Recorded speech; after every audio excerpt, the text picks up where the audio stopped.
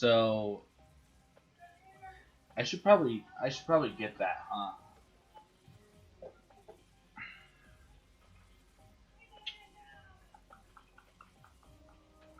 That would probably help.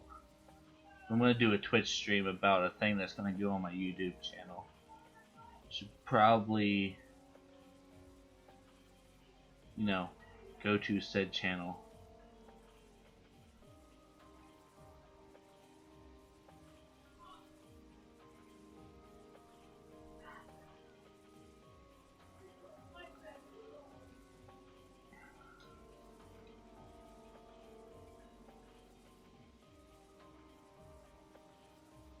Okay.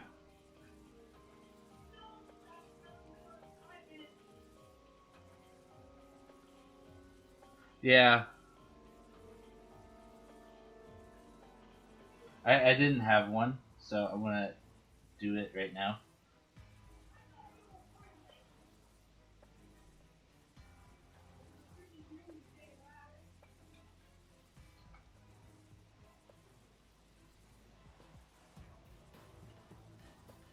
I think I have it in the down below, but I might not. I mainly am using it for exports at the moment, so I haven't really been.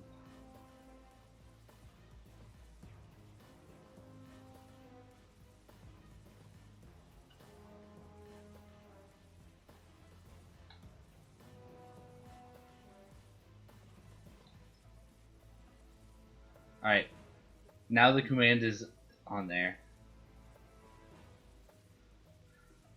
Alright, so here is planet Mukow.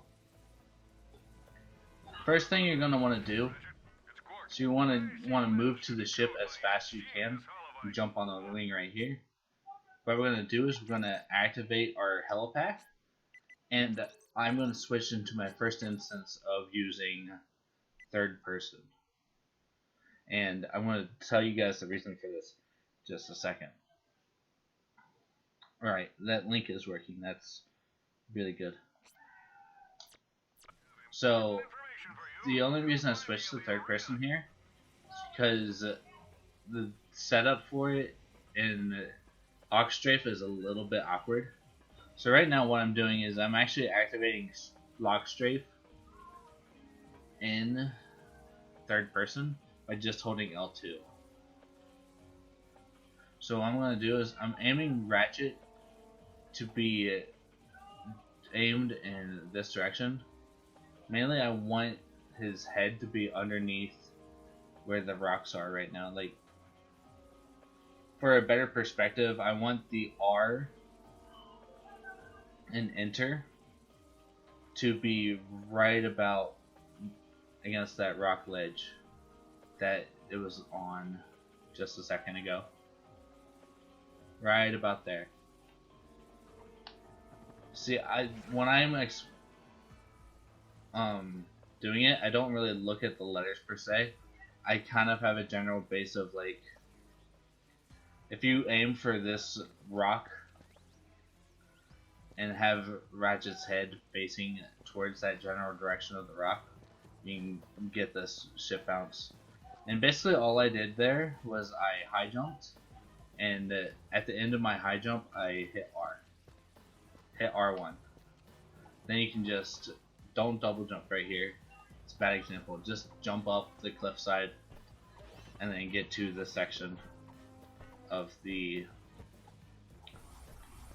magnet rail. And here we have our charge boots. These will help us go a whole lot faster throughout the run.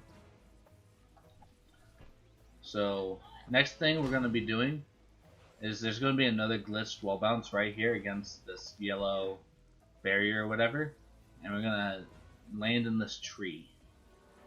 This tree in particular. No other tree will suffice, just this tree.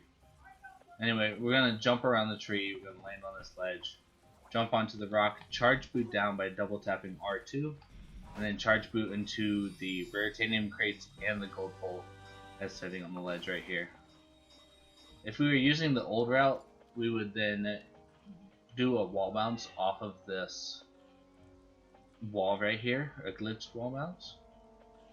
But since we're using the newer route, we don't need to do that. Instead, we're gonna head over to this rock, double jump onto it, and then we're gonna do a glitched wall bounce off of this rock over here on the left.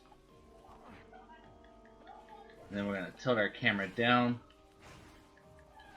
to where we build up momentum as fast as we can without getting lag.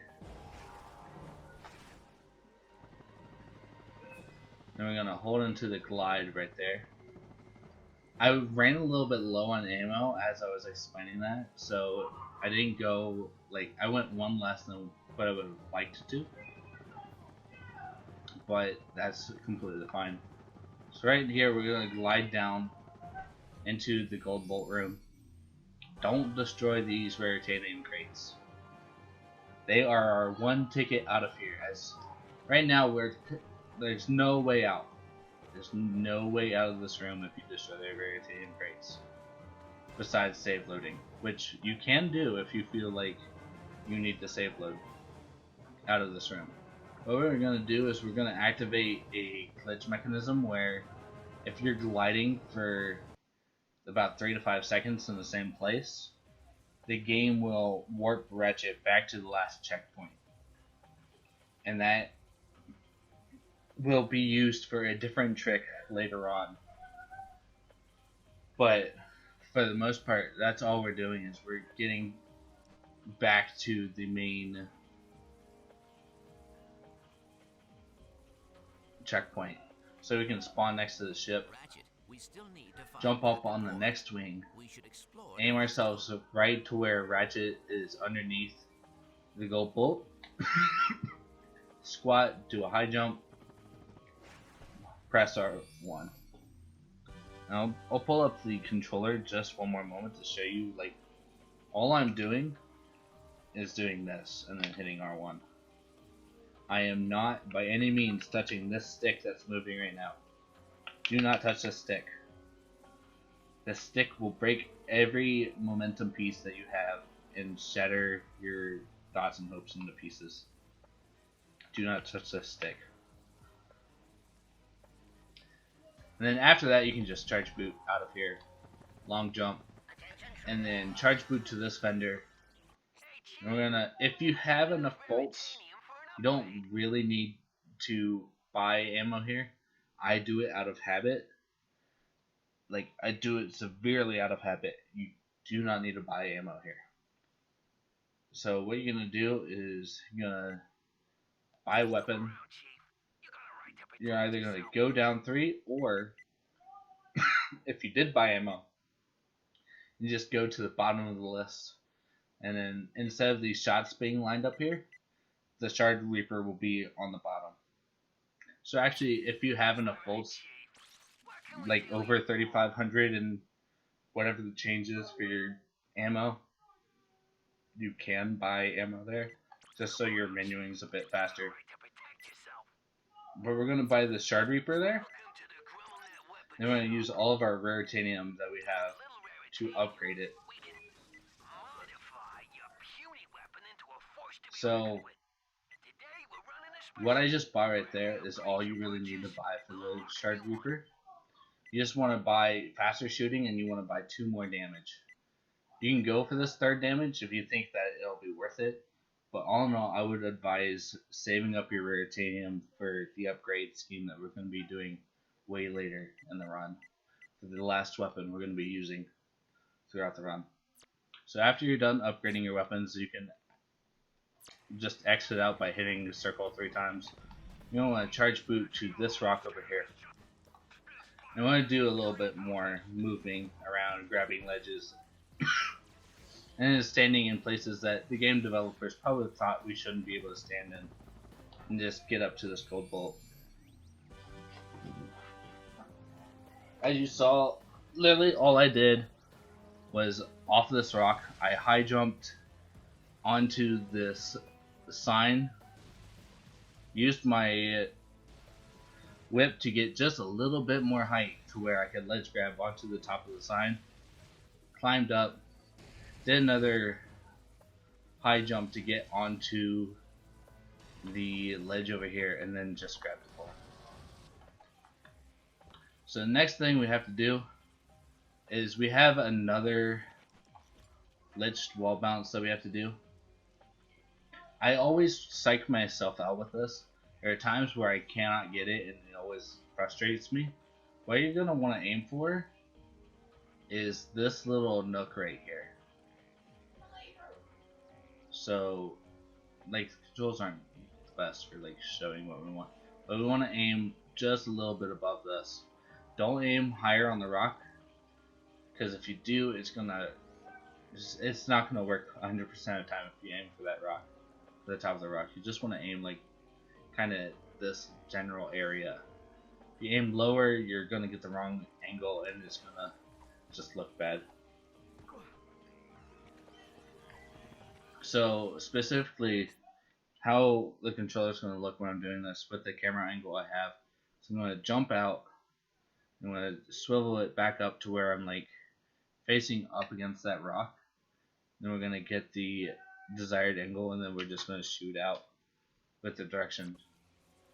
And one thing I think I didn't mention when we're doing these wall bounces is we do not touch the stick. Now, I totally said it with the ship bounce, but all in all, since we have our Shard Reaper now, just going to equip it again and then dash right towards the arena, enter it,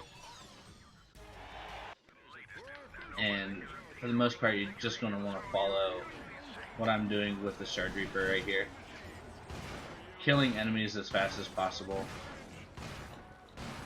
If you get too close to these shocky guys, they will kill you. So be very careful with the clappers.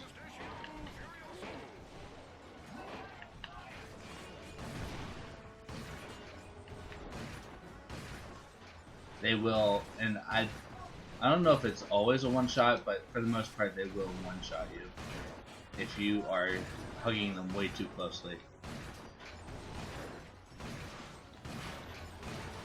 The only reason you see me doing it is because, okay, it didn't one-shot me, but it did do damage to me.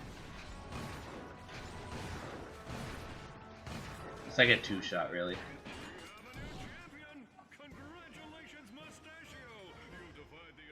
Yo, thank you for the luck. Cool for this.